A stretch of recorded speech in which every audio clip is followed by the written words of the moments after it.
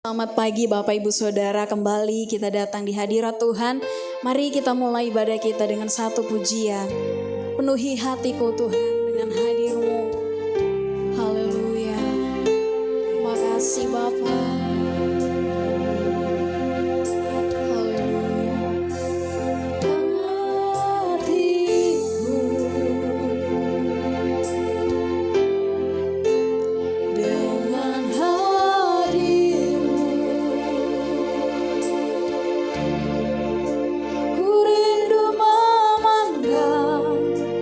jamu oh Tuhan di dalam kekudusan-Mu, bawaku dekat dalam hati-Mu.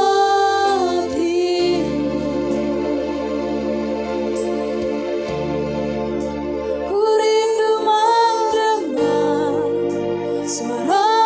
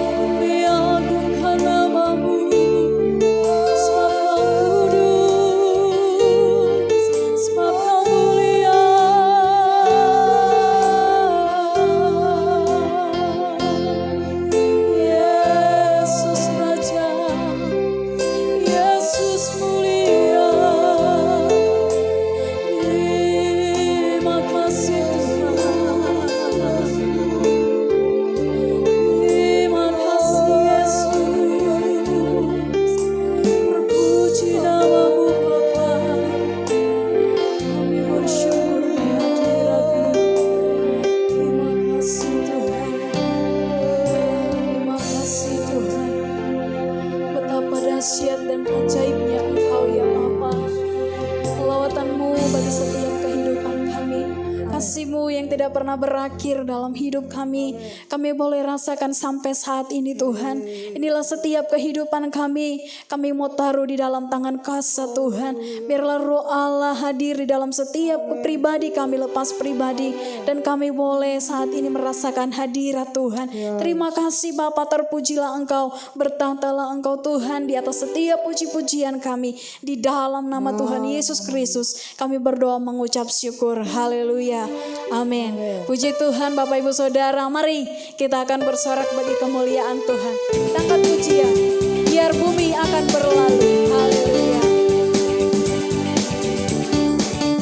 Biar bumi akan berlalu, biar bulan tak bercahaya lagi, biar langit akan bergoncang, matahari tak bersinar lagi, tetapi Tuhan Yesusku tak pernah ingkar janji.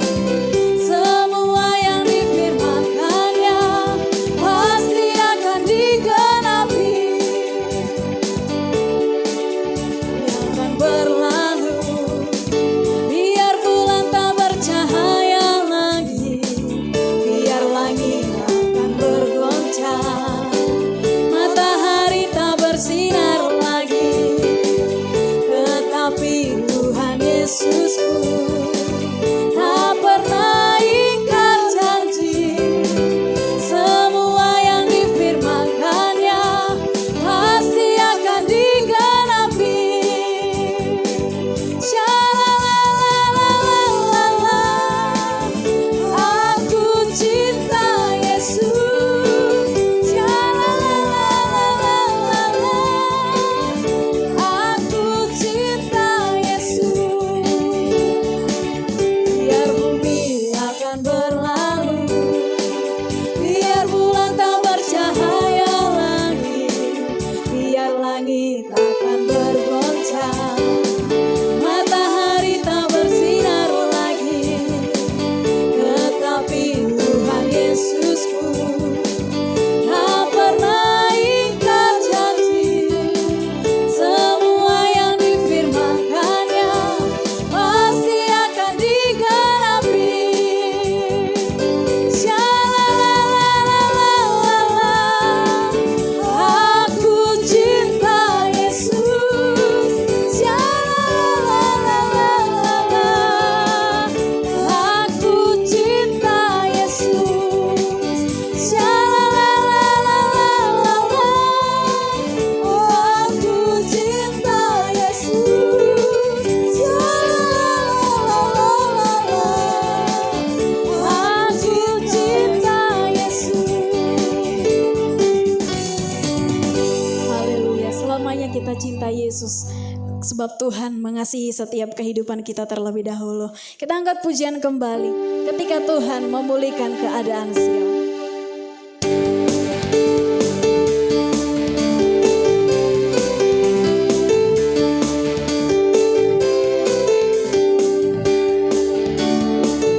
Mari kita katakan, ketika Tuhan memulihkan keadaan Sion, keadaan kita seperti orang yang bermimpi.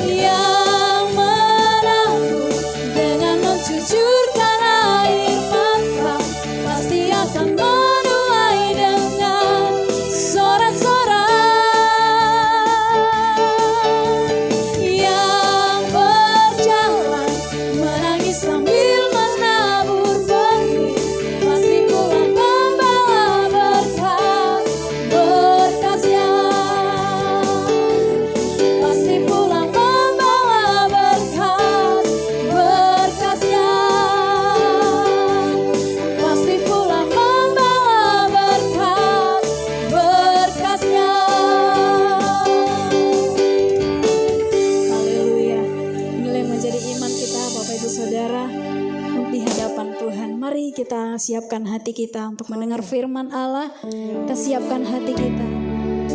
Kami berikan hati kami untuk-Mu ya Tuhan, untuk boleh bertahta atas kehidupan kami. Terima kasih Tuhan. Inilah rinduku. Inilah rinduku kepadamu.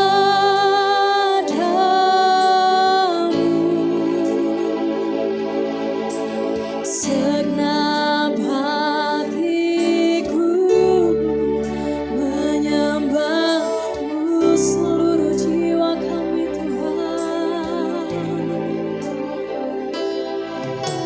Seluruh jiwaku memuji-Mu.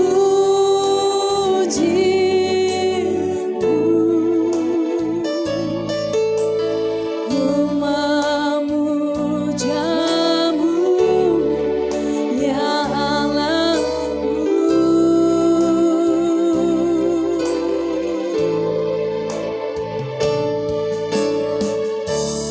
Ku berikan hatiku dan jiwaku,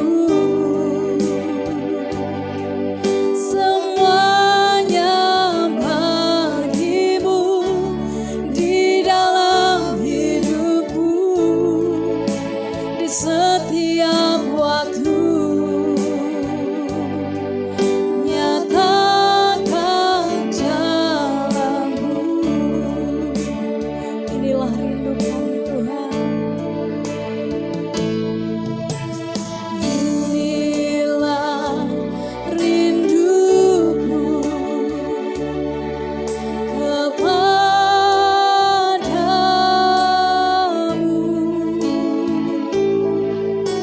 Segenap hatiku menyembah-Mu, seluruh jiwa kami Tuhan. Seluruh jiwaku memuji-Mu.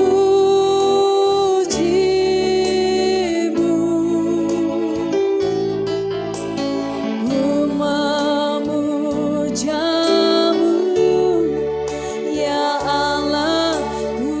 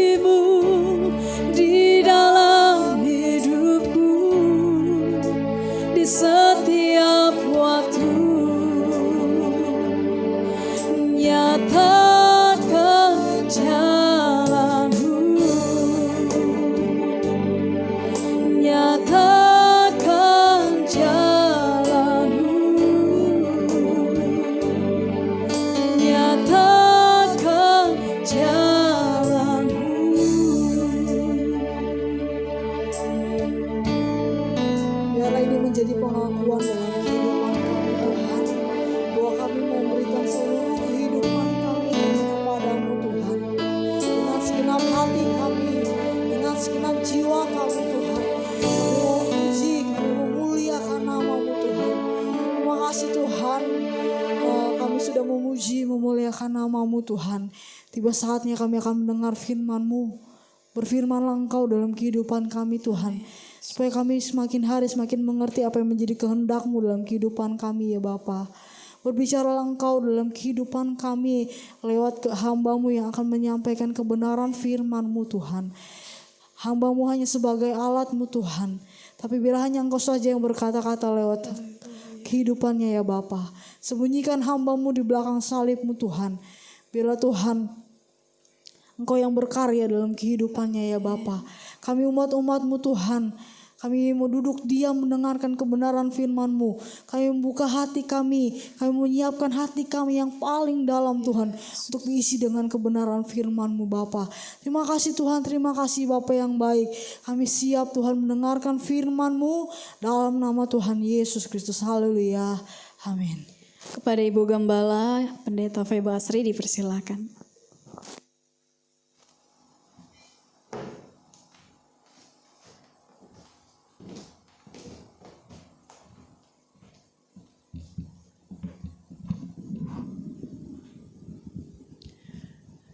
Puji Tuhan.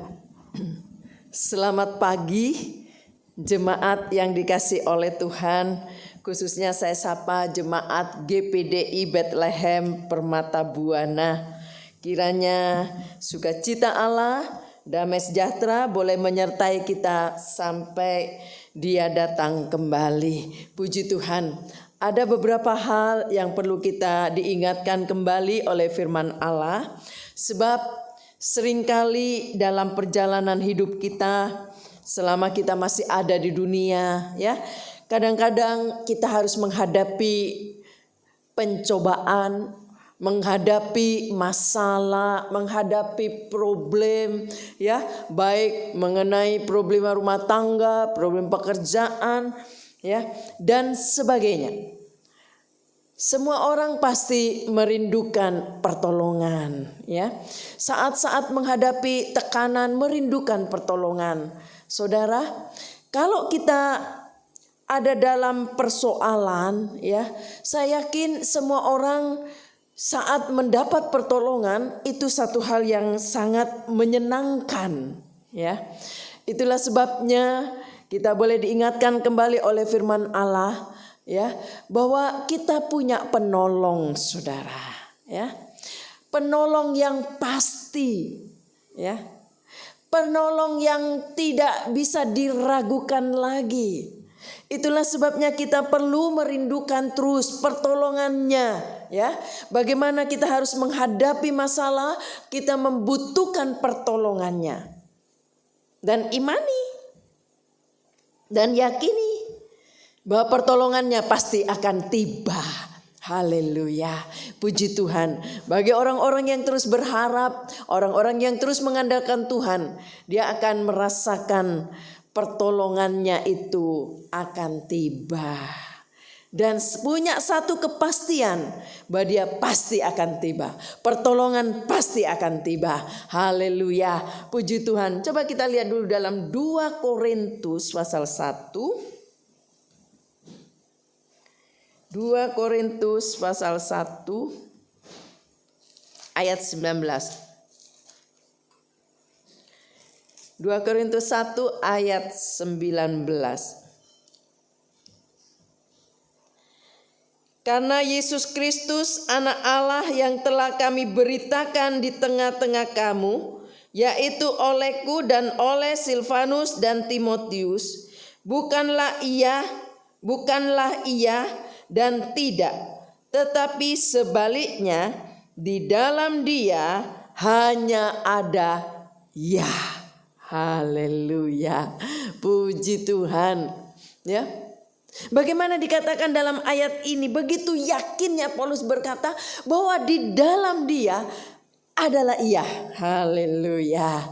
Itulah sebabnya kita juga harus punya kepastian, punya keyakinan bahwa pertolongan pasti akan tiba. Haleluya, puji Tuhan. Kita memiliki Allah yang pasti, kata ayat ini. Bukan Allah yang plin-plan. Ya, seringkali saudara, manusia bisa bersikap plin-plan. Ya, Gak pasti. Sebentar ngomong begini, sebentar ngomong begitu. Sebentar bicara begini, sebentar berubah lagi. Sebab plin-plan. Gak punya satu kepastian. Yang diucapkannya itu gak pasti. Plin-plan. Tapi Allah kita gak seperti itu. Gak plin-plan. Allah kita adalah Allah yang pasti. Dikatakan oleh ayat ini. Hanya ada iya di dalam dia. Menunjukkan kepastiannya. Jadi gak ragu-ragu lagi. Dikatakan jika Allah sudah berfirman, ya, pasti akan dilakukannya. Sebab itu apapun yang ia janjikan pasti akan digenapi, puji Tuhan. Untuk itu saudara, kita perlu ingat, ya, ada 3 hal tentang Allah kita. Kalau kita nggak ingat tentang Allah kita, seringkali sulit untuk memastikan dalam hidup ini punya satu keyakinan yang teguh bahwa kita punya Allah yang nggak pelin-pelan. Kita punya Allah yang pasti sebenarnya. Nah saudara, tetapi kita perlu ingat bahwa ada 3 hal tentang Allah kita. Ya. Coba kita melihat dulu dari kebenaran firman Allah. Coba kita lihat Ayub pasal 42.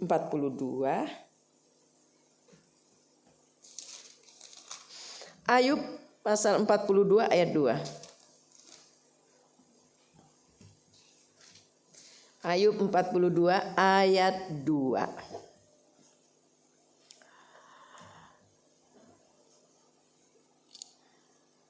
Aku tahu bahwa engkau sanggup melakukan segala sesuatu dan tidak ada rencanamu yang gagal. Wah, luar biasa Ayub ya. Ayub berkata seperti ini karena Ayub punya iman. Dia mengenal Allah dengan benar. Sehingga dia bisa berkata di sini ayat ini, aku tahu bahwa engkau sanggup melakukan segala sesuatu, ya, dan tidak ada rencanamu yang gagal. Ini nggak bisa diucapkan oleh seseorang yang tidak mengerti tentang Allah. Ini tidak bisa keluar dari ucapan seseorang yang tidak tahu siapa Allah itu, seperti apa Allah itu. Tapi ini akan diucapkan oleh orang yang tahu jelas siapa Allah kita itu. Seperti apa Allah kita itu, ya. Ayub begitu jelas berkata bahwa Allah kita itu bukan Allah yang gagal. Dengan kata lain, Allah kita tidak pernah gagal. Amin. Puji Tuhan. Ini Allah kita. Itulah sebabnya perlu kita mengerti dengan jelas siapa Allah kita itu. Allah yang di dalam nama Tuhan Yesus Kristus. Ya, bahwa Allah kita, Allah yang tidak pernah gagal. Haleluya.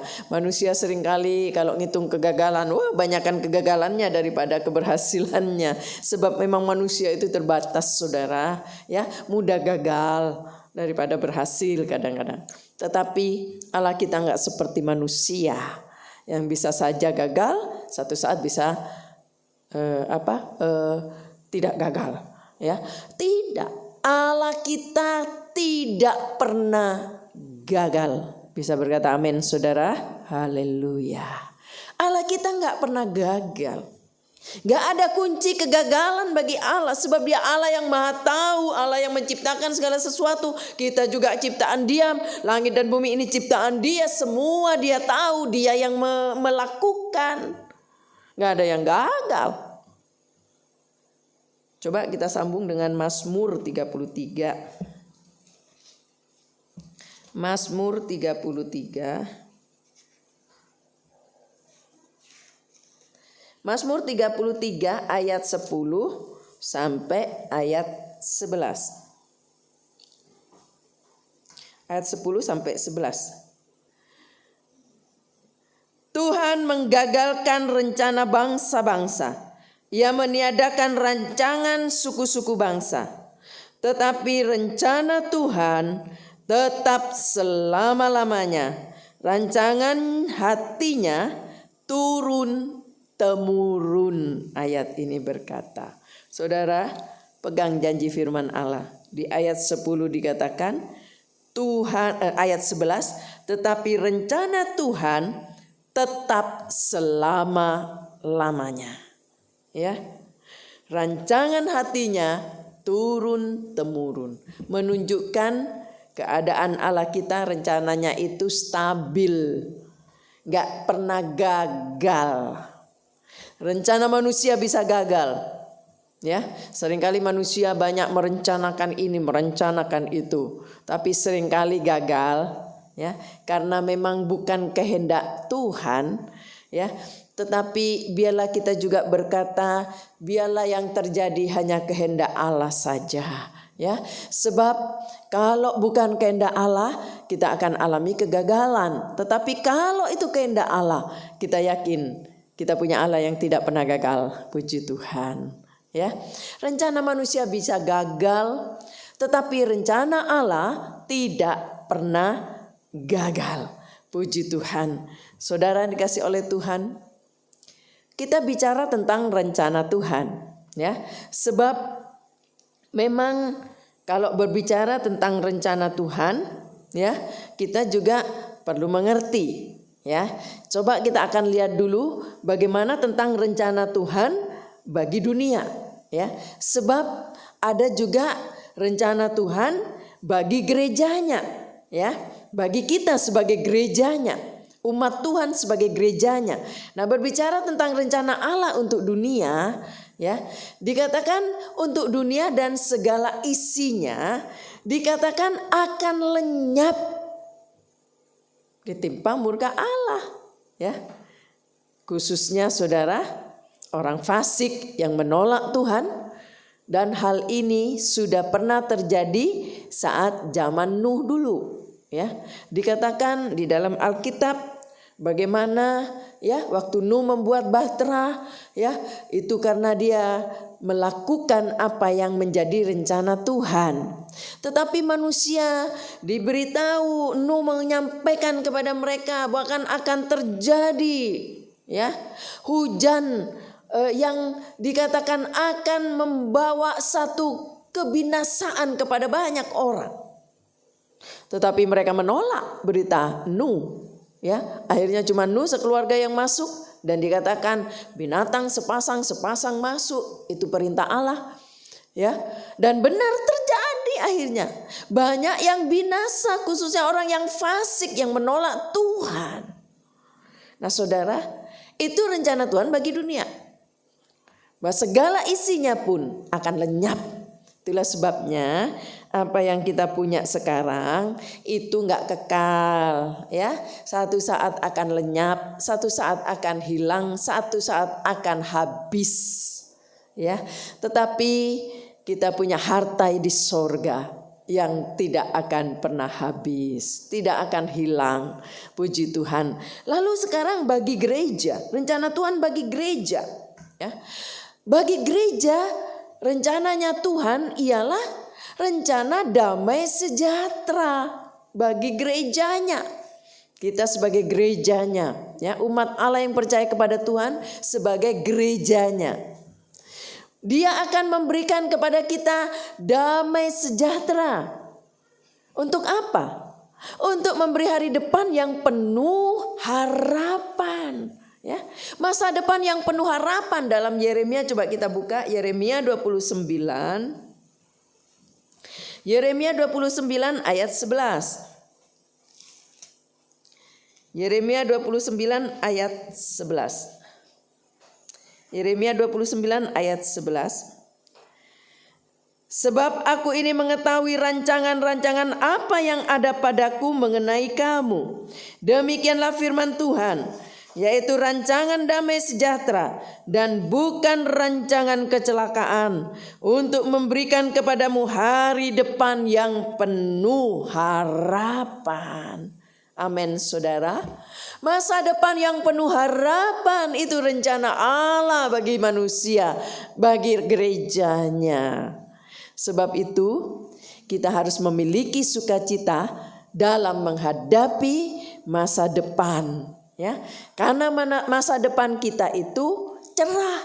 Masa depan kita penuh harapan kata firman Allah. Jangan seperti orang dunia yang tidak punya pengharapan. Ya, sepertinya dunia, nggak ada harapan lagi untuk melihat hal-hal yang baik. Yes, Yeremia tadi berkata, aku merancangkan masa depan yang penuh harapan.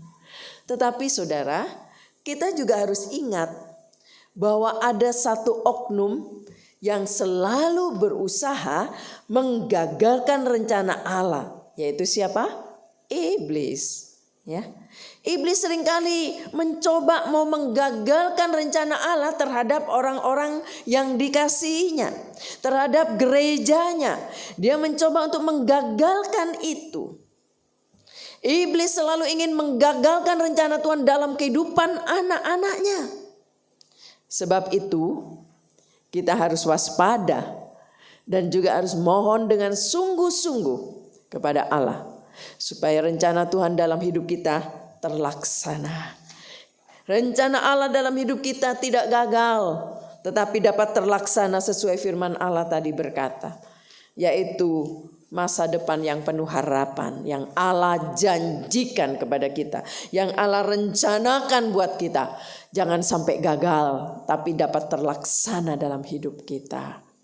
Masih ingat saudara? Tentang Saul, Raja Saul. Raja Saul juga dirancang untuk menjadi raja, ya. Karena itu Saul diurapi oleh Samuel. Kalau bukan karena Allah, nggak mungkin Saul akan naik menjadi raja. Berarti itu memang sudah dirancang oleh Allah menjadi raja. Sebenarnya Allah merancangkan untuk hidup Daud itu menjadi raja turun temurun. Tetapi kenyataannya dia gagal dalam perjalanan. Sebab Saul tidak terus hidup dalam rencana Allah. Tidak terus hidup dalam pimpinan Tuhan. Dia mencoba untuk melakukan sendiri semaunya dia. Ya, pernah dia ditegur oleh Nabi Samuel dan sebagainya. Mengapa engkau lakukan itu? Mengapa engkau mengadakan misalnya mezbah persembahan dan sebagainya? Bukan bagiannya, tetapi dia lakukan semaunya sendiri. Ya, itulah sebabnya dia gagal dalam perjalanan. Biarlah kita tidak mau gagal dalam perjalanan, tapi hidup kita terlaksana sesuai kehendak Allah. Biarlah kita menyerah kepada Tuhan supaya rencana Tuhan terjadi dalam hidup kita. Puji Tuhan. Coba lihat 1 Samuel 13 ayat 13.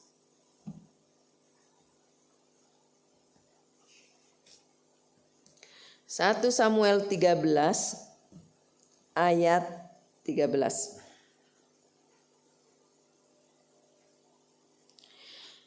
Kata Samuel kepada Saul, perbuatanmu itu bodoh. Engkau tidak mengikuti perintah Tuhan Allahmu yang diperintahkannya kepadamu. Sebab sedianya Tuhan mengokohkan kerajaanmu atas orang Israel untuk selama-lamanya. Ngeri ya saudara. Kalau baca ini ya. Bagaimana Samuel berkata, menegur Saul. Mengapa kamu lakukan perbuatan yang bodoh itu? Melakukan maunya sendiri bukan kehendak Tuhan. Padahal Nabi Samuel berkata, padahal Tuhan mau kokohkan kerajaanmu sampai turun temurun. Gagal di perjalanan sebab Saul tidak melakukan kehendak Allah. Hati-hati saudara dalam hidup ini. Ada resiko, ada janji yang Tuhan berikan untuk masa depan yang penuh harapan. Dan kalau dia sudah memulai itu, sudah mengerjakan dalam hidup kita, jangan sampai gagal. Tapi sampai akhir hidup kita, itu terlaksana sesuai kehendak Allah. Ya, Saul gagal. Allah sudah merancangkan yang indah baginya, tetapi gagal karena kita melakukan kehendaknya sendiri. Ya, karena Saul melakukan kehendaknya sendiri. Apa rencana Tuhan bagi gereja secara global? Ya, yaitu penyelamatan, ya. Dia ingin menyelamatkan gerejanya. Tuhan tidak menentukan kita untuk ditimpa murka yang akan dicurahkan kepada seisi dunia pada zaman 3,5 tahun nanti di masa antikris. Dan Tuhan juga mau kita mewarisi bumi, memerintah bersama dengan Dia dalam kerajaan 1000 tahun. 1000 tahun damai. Ini rencana Allah buat kita. Allah menjadikan manusia, menciptakan manusia sebab punya rencana yang mulia dalam hidup manusia. Dia ingin bersama-sama dengan kita, ya, memerintah di dalam kerajaan 1000 tahun. Gereja tidak ditakdirkan untuk masuk dalam masa antikris. Allah tidak mentakdirkan bahwa gereja harus masuk di masa 3,5 tahun. Tetapi Dia ingin berada bersama kita dalam kerajaan 1000 tahun damai. Melewati masuk, ya, melewati masa antikris. Dan bisa masuk dalam kerajaan 1000 tahun damai. Jadi Allah tidak mentakdirkan masuk dalam masa antikris. Kita dipilih oleh Allah, kita diselamatkan oleh Allah. Tetapi kita harus disempurnakan terlebih dahulu, ya. Kalau kita tidak disempurnakan lewat pekerjaan Roh Kudus, lewat firman Allah, maka kita akan gagal di perjalanan, ya. Tetapi Tuhan tolong kita bersama. Dia tinggalkan firman-Nya. Dia kembali ke sorga tetapi Dia meninggalkan firman-Nya. Dia meninggalkan kepada kita, mencurahkan kuasa Roh Kudus supaya kita sanggup dan mampu, ya, sampai disempurnakan. Haleluya.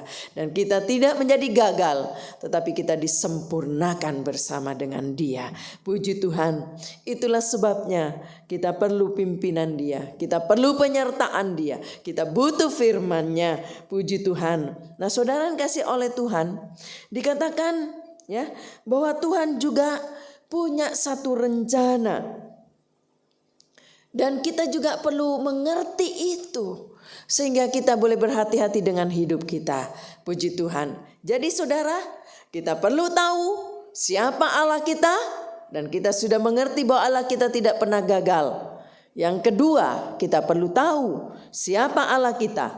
Bahwa Allah kita tidak pernah berdusta. Amin. Haleluya. Coba kita lihat dulu di dalam Ibrani 6. Ibrani 6 ayat 18. Ibrani 6 ayat 18. 6 ayat 18. Supaya oleh dua kenyataan yang tidak berubah-ubah, tentang mana Allah tidak mungkin berdusta, kita yang mencari perlindungan beroleh dorongan yang kuat untuk menjangkau pengharapan yang terletak di depan kita. Ayat ini berkata, tentang mana Allah tidak mungkin berdusta, dikatakan ayat ini. Ini adalah jaminan bahwa semua janji Allah, ya, di dalam Alkitab pasti digenapi karena Dia nggak pernah berdusta. Kalau Dia berdusta nggak akan digenapi. Tetapi karena Dia tidak pernah berdusta, ya, semua yang dijanjikan di dalam Alkitab pasti digenapi. Ya, Allah kita, Allah yang luar biasa. Allah yang maha kuasa, Allah yang gak pernah gagal, Allah yang tidak pernah berdusta dengan janjinya. Itulah Allah kita. Itulah sebabnya kalau kita tahu Allah kita dengan pasti, maka kita juga akan penuh keyakinan. Persoalan yang kita hadapi, apapun yang kita alami, pertolongan pasti tiba dalam hidup kita. Karena kita punya Allah yang tidak pernah berdusta. Ya. Ingat saudara, bahwa dusta itu sumbernya dari iblis, dikatakan oleh firman Allah. Ya. Sumbernya itu dari iblis. Dusta. Yohanes pasal 8, coba kita baca. Yohanes 8 ayat 44.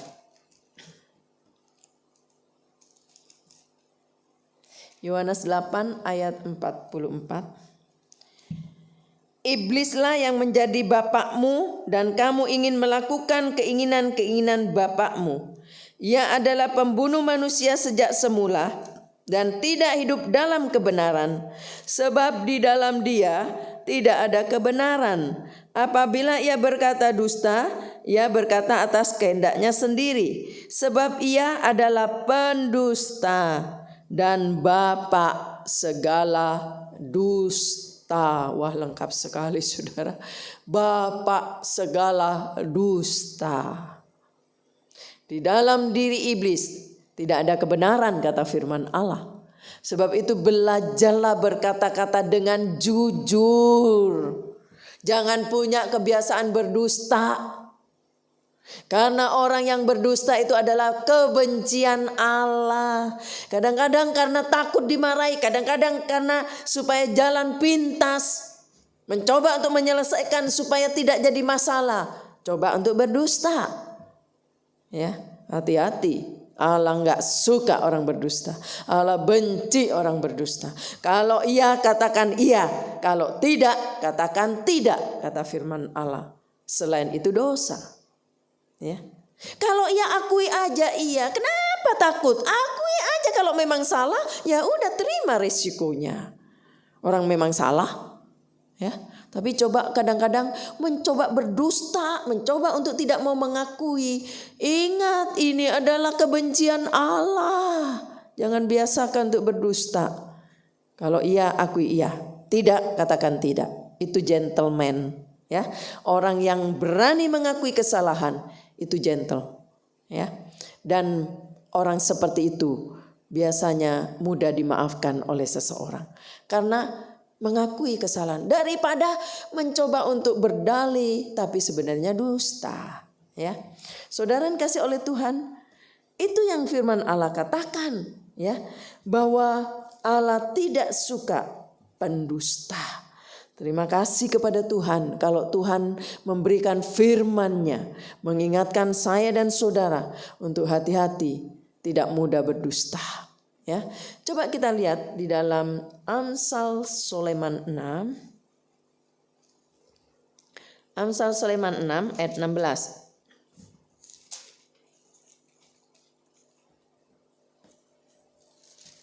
Amsal Sulaiman 6 ayat 16 sampai 17.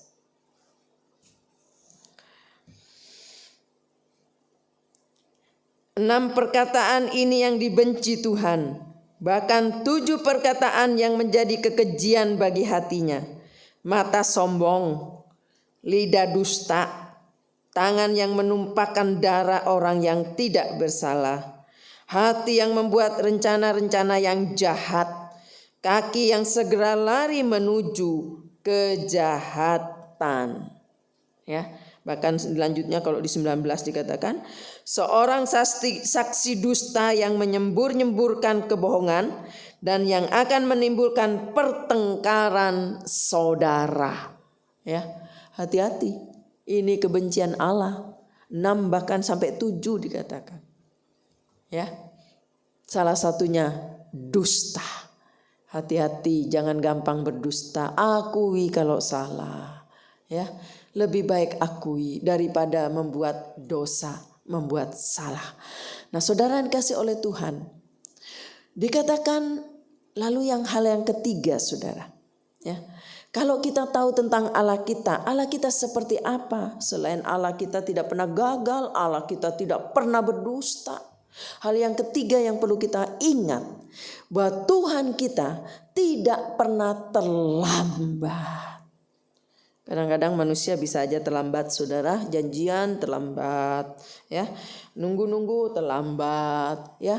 Begitu gampang orang terlambat. Tetapi Allah kita nggak pernah terlambat, baik dalam menolong, dalam melakukan segala sesuatu. Allah tidak pernah terlambat, ya. Coba kita baca dalam firman Allah, Habakuk 2.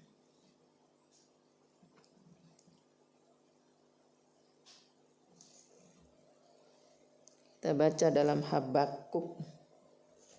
Dalam Habakuk 2 ayat yang ketiga. Habakuk 2 ayat yang ketiga. Sebab penglihatan itu masih menanti saatnya, tetapi ia bersegera menuju kesudahannya dengan tidak menipu apabila berlambat-lambat. Nantikanlah itu. Sebab itu sungguh-sungguh akan datang dan tidak akan bertangguh. Ya, ayat ini berkata, ya, tetapi ia bersegera menuju kesudahannya dengan tidak menipu apabila berlambat-lambat. Ya, bahwa Allah nggak pernah berlambat-lambat. Tuhan tidak pernah terlambat pertolongannya. Ya. Selalu datang tepat pada waktunya. Amin. Bisa berkata amin? Haleluya. Bahwa Allah kita akan datang tepat pada waktunya. Dia tidak akan pernah terlambat. Masih ingat saudara? Nabi Elia ya dipelihara oleh Allah di tepi sungai Kerit. Ya, Allah pelihara dia. Ya, dalam dalam 1 Raja-Raja nanti saudara baca di 1 Raja-Raja pasal 17 ya, bagaimana Nabi Elia dipelihara oleh Allah di tepi sungai Kerit. Saat sungai itu kering ya, seolah-olah di depan mata Elia, Nabi Elia nggak bisa lagi hidup karena nggak ada air. Gak bisa minum, manusia gak akan sanggup hidup tanpa air. Manusia butuh air. Tapi sungai Kerit kering. Tapi Elia ya merasakan mengalami pemeliharaan Allah. Ya, Allah pelihara Elia. Saat itu sudah kering, seolah-olah gak ada lagi sesuatu yang bisa menghidupinya. Kalau semua air kering, sungai kering, dari mana mau makan? Akan terjadi satu kelaparan, bukan? Dan benar terjadi satu kelaparan. Tetapi Allah bisa pelihara dengan caranya Allah.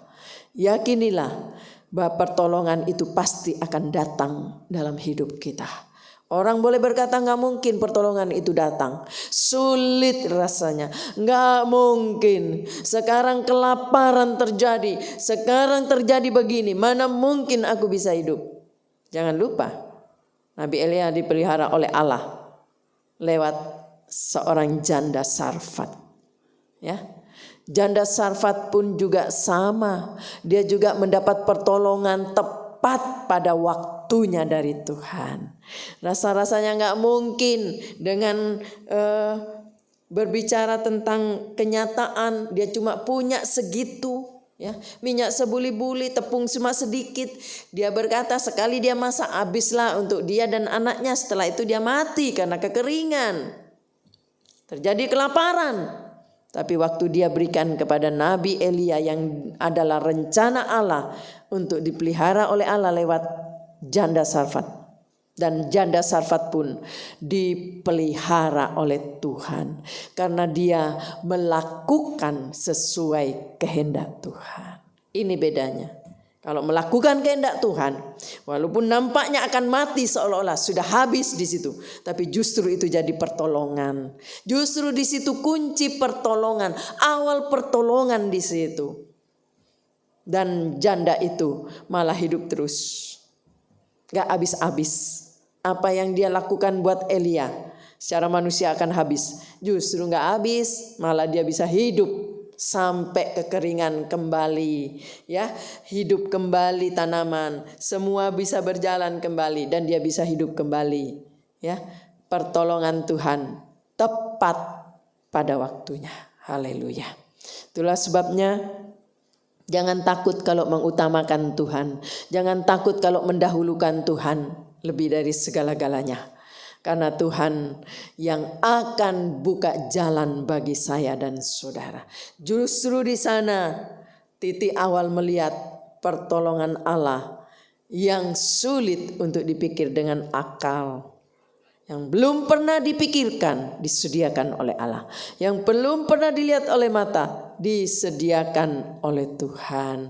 Haleluya.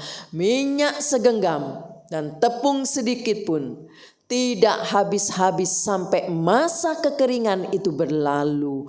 Mujizat terjadi sebab wanita janda ini melakukan kehendaknya Allah untuk mengutamakan Nabi Elia. Karena Allah ingin pelihara Nabi Elia lewat seorang janda. Dan mujizat itu juga dialami oleh seorang janda ini. Dia boleh melihat mujizat terjadi. Enggak mujizat gimana, tepung sedikit segenggam, minyak cuma segitu, lalu terus dipakai masih ada, dipakai masih ada, dipakai, ya. Kekeringan bertahun-tahun mungkin, ya, 3,5 tahun atau, ya, tapi bisa terselesaikan sampai masa kekeringan berlalu.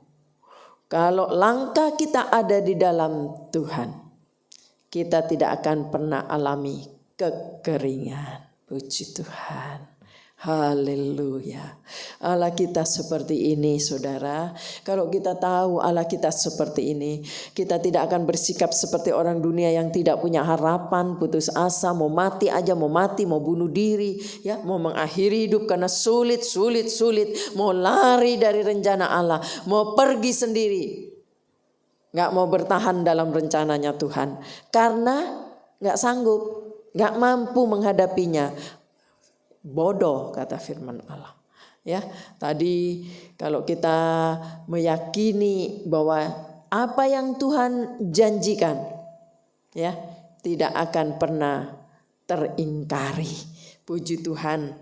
Lakukan sesuai kehendak Tuhan. Jangan mengatur diri sendiri, jangan bikin rencana sendiri tanpa kehendak Allah. Hati-hati, ya. Engkau akan merasa seperti ditinggalkan oleh Tuhan. Sebab memang itu bukan kehendak Tuhan. Tapi kalau kehendak Tuhan, melangkah, yakin Tuhan pasti menolong kita. Kalau yakin dari Tuhan. Jadi kuncinya harus benar yakin dari Tuhan. Berdoa, tanya Tuhan, betul enggak? Betul enggak? Kalau bukan Tuhan yang suruh, jangan pergi. Sebab kita akan merasa ditinggalkan oleh Tuhan. Puji Tuhan. Tuhan akan pelihara.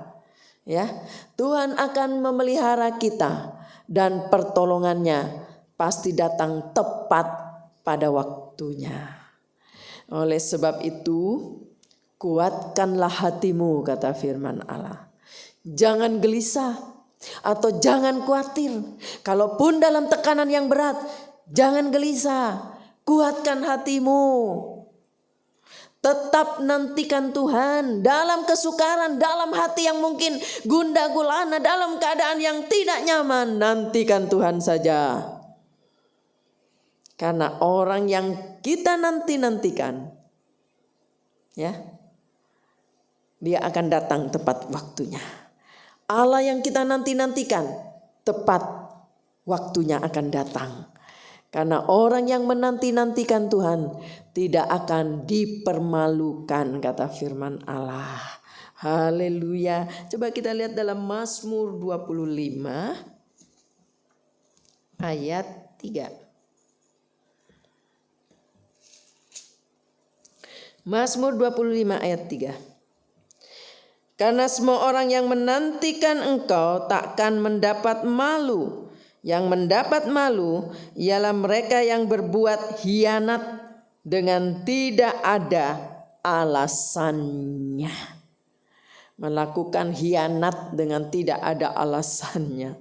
Ya, tapi orang yang menanti-nantikan Tuhan tidak akan dipermalukan. Tidak akan mendapat malu, kata firman Allah, karena ditinggalkan oleh Allah, sehingga orang mencibir, oh tuh lihat tuh makanya tuh, ya, seringkali dipermalukan. Tapi orang yang menanti-nantikan Tuhan tidak akan dipermalukan. Coba lompat ke pasal 27 ayat 4. 27 ayat yang keempat. Satu hal telah kuminta kepada Tuhan, itulah yang kuingini, diam di rumah Tuhan seumur hidupku, menyaksikan kemurahan Tuhan dan menikmati bait-Nya.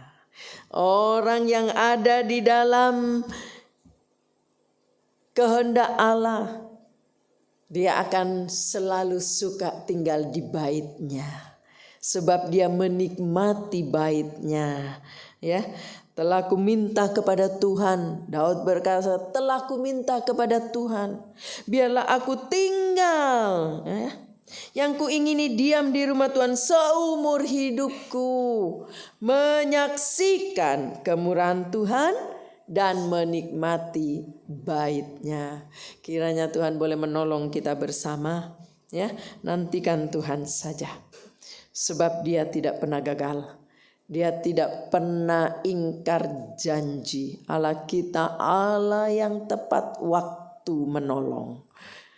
Nantikan pertolongannya, bahwa pertolongannya pasti akan datang. Puji Tuhan. Mari saudara yang di rumah berdiri bersama-sama.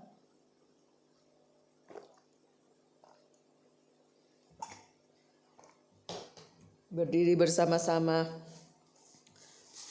Kita mengimani janji firman Allah. Haleluya. Terima kasih Tuhan Yesus. Karena oleh anugerah-Mu kami boleh mengenal Engkau, Allah yang hebat, Allah yang maha kuasa, Allah yang tidak ada tandingannya, Allah yang tidak pernah terlambat menolong, Allah yang tidak pernah ingkar janji, Allah yang tidak pernah berdusta, dan Dia juga tidak pernah terlambat untuk menolong. Kami adalah orang-orang yang berbahagia karena kami percaya kepada Tuhan Yesus Kristus. Allah yang luar biasa, itulah Allahku, itulah Allah kita. Allah yang hebat, haleluya. Itulah sebabnya kami yakin bahwa pertolongan pasti akan datang kepada orang-orang yang menanti-nantikan Tuhan. Orang yang suka berharap kepada Tuhan. Pertolongan pasti datang tepat pada waktunya. Terima kasih buat firman-Mu. Mungkin firman Allah sederhana disampaikan. Kiranya Roh Kudus bekerja dengan firman-Mu, meneguhkan di hati yang sedang bimbang saat ini. Hati-hati yang ragu-ragu untuk bertindak. Hati-hati yang mungkin sedang, oh Tuhan, dikelabui, sedang mengikuti godaan iblis. Bahwa kita tidak punya Allah yang hebat, tidak punya Allah yang tidak ingkar janji. Engkau berbicara secara pribadi. Ingatkan Tuhan untuk kami kembali kepada Tuhan, menantikan Tuhan, tetap setia ada dalam rencana Allah, sekalipun tidak nyaman bagi daging, tapi siap apa yang Tuhan mau, biar itu yang terjadi. Apa yang menjadi kehendak Allah? Kalau toh itu kehendak Allah, kami tidak takut melangkah, sebab Engkau ada bersama kami. Engkau tidak pernah gagal, Engkau tidak pernah terlambat menolong kami. Lakukanlah Tuhan sesuai kehendak-Mu. Jadilah seperti apa yang Kau mau di hidup kami. Bukan kehendak kami sendiri, tapi kehendak-Mu saja yang jadi. Seturut kehendak-Mu, itu yang kami mau. Kami tidak mau gagal dalam rencana Allah yang Kau buat bagi kami. Masa depan yang penuh harapan Engkau buat bagi kami. Biarlah itu boleh terlaksana sampai akhir hidup kami. Terima kasih buat firman-Mu. Berkati setiap umat-Mu yang sudah mengikuti ibadah online ini. Berkat Allah turun di atas setiap yang mengimani janji firman Allah. Kalau ada yang sakit, jamak dalam nama Yesus. Yang dalam persoalan keuangan, sedang mencari pekerjaan, ada kekurangan, ada masalah dalam rumah tangga, hubungan anak orang tua, hubungan suami istri, merindukan keturunan dalam rumah tangga, bahkan Tuhan ada dalam mungkin kesukaran, kesulitan apapun dalam usaha yang macet, usaha yang tidak berjalan dengan baik, omset belum terpenuhi, ada kedukaan, ada masalah tekanan, ada himpitan, ada masalah beban-beban yang menghimpit jiwa ini. Dalam nama Yesus, berikan kelegaan, berikan kelepasan, berikan damai sejahtera. Sebab ini adalah rencana Allah bagi gerejanya untuk memberikan damai sejahtera dan ketenangan. Kami yakin kalau kami damai sejahtera, ada ketenangan, kami akan rasakan sukacita Allah. Terima kasih Tuhan, Engkau juga tolong anak-anak kami, anak-anak balita, anak-anak sekolah minggu yang sedang sekolah. Tuhan sertai, jauhkan dari pergaulan yang jahat, berikan hikmat, berikan akal budi di dalam nama Yesus. Pemuda remaja yang sedang kuliah, bekerja, para kaum dewasa yang sedang bekerja, bahkan Tuhan para kaum lansia, sehat-sehatkan mereka, biarlah tetap sehat, diberkati Allah di dalam nama Yesus. Kalau ada yang sedang berulang tahun dalam minggu ini, ulang tahun pernikahan, ulang tahun kelahiran, sehat-sehatkan, jagai rumah tangga mereka, berkati dengan damai sejahtera, sukacita Allah menyertainya. Para tetangga kami sebelah muka belakang dan sekitarnya komplek Taman Permata Buana ini, dari ketua RT, RW, lurah, camat, semua diberkati Allah, rumah tangganya diberkati, usahanya, pekerjaannya diberkati Allah di dalam nama Yesus. Terima kasih Tuhan, Bapak Presiden, Wakil dan seluruh aparat negara, mampukan, sanggupkan untuk bertugas dalam tugas yang berat. Hamba-hamba Tuhan, jagai dalam hadirat Allah rumah tangga mereka, pelayanan mereka, jemaat yang Tuhan percayakan. Biarlah tetap ada dalam kehendak Tuhan, rencana Allah. Terima kasih Tuhan. Kalau ada jemaat yang sedang keluar kota, keluar negeri, ada yang bertugas karena pekerjaan, pelayanan, Tuhan sertai dimanapun berada, di udara, di laut, di darat, jagai, berikan kesehatan, jauhkan dari mara bahaya, kecelakaan, sakit penyakit, kerugian apapun, pekerjaan iblis. Dalam nama Yesus, sampai tiba ke tempat masing-masing, semua ada dalam perlindungan Tuhan. Terima kasih Tuhan yang sudah memberi untuk kas gereja, para donatur gereja, mereka yang mengembalikan milik Allah perpuluhan. Engkau tidak pernah berhutang, Engkau tidak pernah melupakan orang yang melakukan kebenaran firman. Kau sanggup membuka tingkap langit, memberkati yang percaya. Di dalam nama Yesus, berkati yang sudah terlibat dalam pelayanan online ini, siapapun dia, berkat Allah turun atasnya, yang sudah melayani dengan segenap hati, dengan kebenaran. Terima kasih Bapa. Sekarang saudara-saudaraku yang dikasih oleh Tuhan, terimalah berkat yang datang dari Allah Bapa, kasih sayang dari Yesus sebagai putra Allah yang tunggal, bimbingan penyertaan Roh Kudus boleh menyertai kita sampai selama-lamanya. Di dalam nama Tuhan Yesus Kristus kami sudah berdoa. Haleluya. Amin. Puji Tuhan, selamat pagi saudara yang kasih oleh Tuhan. Ibadah di gereja berjalan seperti biasa setiap jam 8 pagi. Puji Tuhan, Tuhan memberkati.